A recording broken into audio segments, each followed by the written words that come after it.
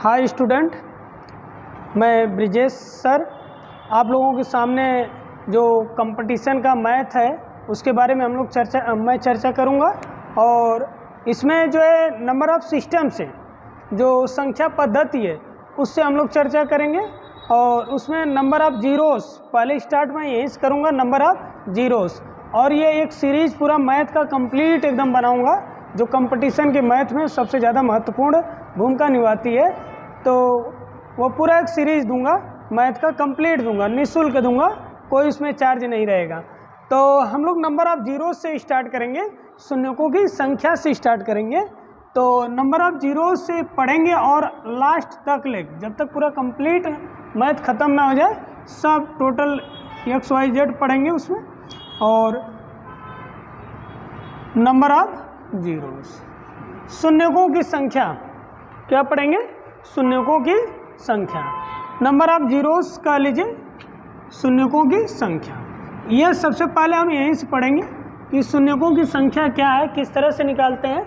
जैसे अगर कोई प्राकृतिक संख्या दे दिया गया, उसका गुणनफल है, तो पूछेगा कि इसमें शून्यों की संख्या क्या होगी। तो जैसे एक एग्जांपल दें तो 1 × 2 × 3 × 4 × 5 × 6 इस तरह से है, × 100 है। जैसे इतना बड़ा है ये, तो इसका अगर हम गुणा करें तो इसमें अंत में जो गुणा करने के बाद अंत में शून्यों की संख्या क्या होगी, इस पर हम चर्चा करेंगे। तो अगर हम देख रहे हैं शून्य आने का जो कारण होता है, बस 2 और 5 का गुणनफल ही शून्य लाता है।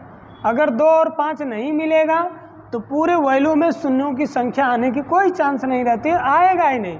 शून्य आने का एकमात्र कारण होता है और 2 और 5। और इसमें जो सबसे कम बार आता है, जो सबसे कम आता है उतने ही शून्य बनते हैं। मान लीजिए 2 3 बार आ गया, 5 एक ही बार आए, तो एक ही शून्यों की संख्या होगी। जो इसमें कम होता है वही शून्यों की संख्या आती है। तो ऐसे प्रश्नों में हम क्या करेंगे कि जो ये लास्ट में है, लास्ट में जो ये 100 है, 100 को लेंगे तो यहाँ 5 से भाग देंगे, जो शेष आएगा उसको छोड़ देंगे, 5 से भाग देंगे, 5 दूना 10 0, फिर 5 से 5 चौक को 20 यह।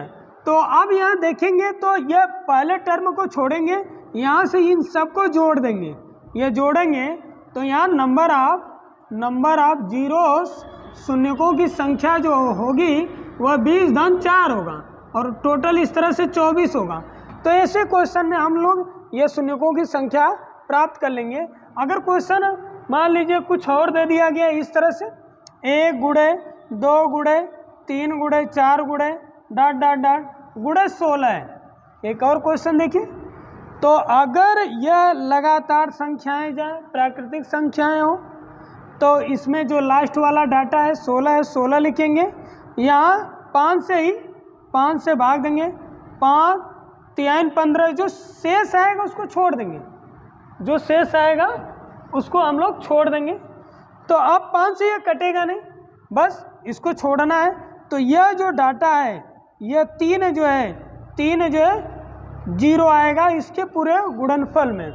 तो शून्यों की संख्या इस तरफ जो प्रकार फर्स्ट हम लोग देख लिए, टाइप फर्स्ट देख लिए कि किस तरह शून्यों की संख्या निकालेंगे।